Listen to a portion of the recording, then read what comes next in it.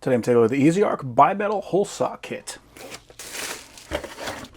So that does come with a nice case.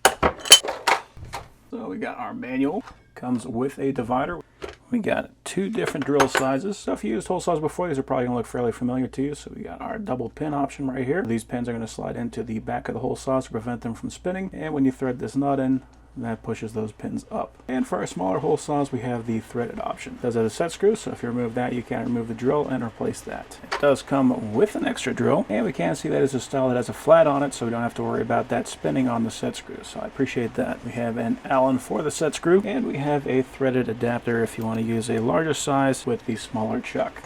So it does have a nice looking tooth pattern on there. You can see it is engraved in there the size. This is a 1 3/8 or 35 millimeter. Got a large hole in the side for punching out our plugs. And we can't see even the 1 3/8 does have a spot for those pins. Everything is labeled on the case. So you got a 3/4, 7/8, 1, 1 1/8, 1 3/8, 1 1/4, 1 3/4, 2 inches, 2 1/4, and 2 1/2. Everything from a 3/4 up to a 2 1/2. So the 1 1/8 and below are going to be the style that does not use the pins. So that is going to be for the smaller drill. And that is just going to spin on. And we can see that we do have flats cut into that, so we can easily grab that with a wrench if we need to. All of the other hole saws have a 4-pin pattern, so we can actually put that in anywhere up to 90 degrees. So if you want to use the big 2 1/2, you just thread that guy on.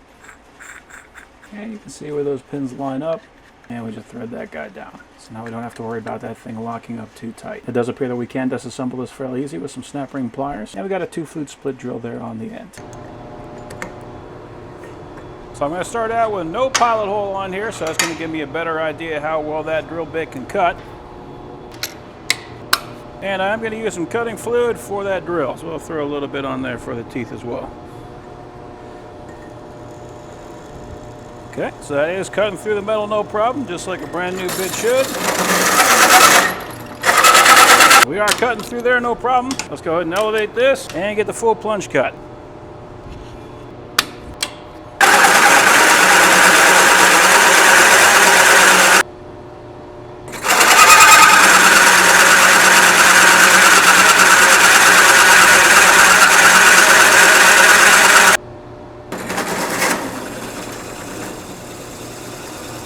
There we go.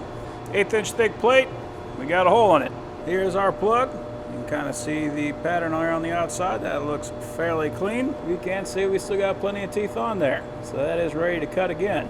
Cool. So if you need a set of hole saws that have the capacity to cut through metal, these can do the job.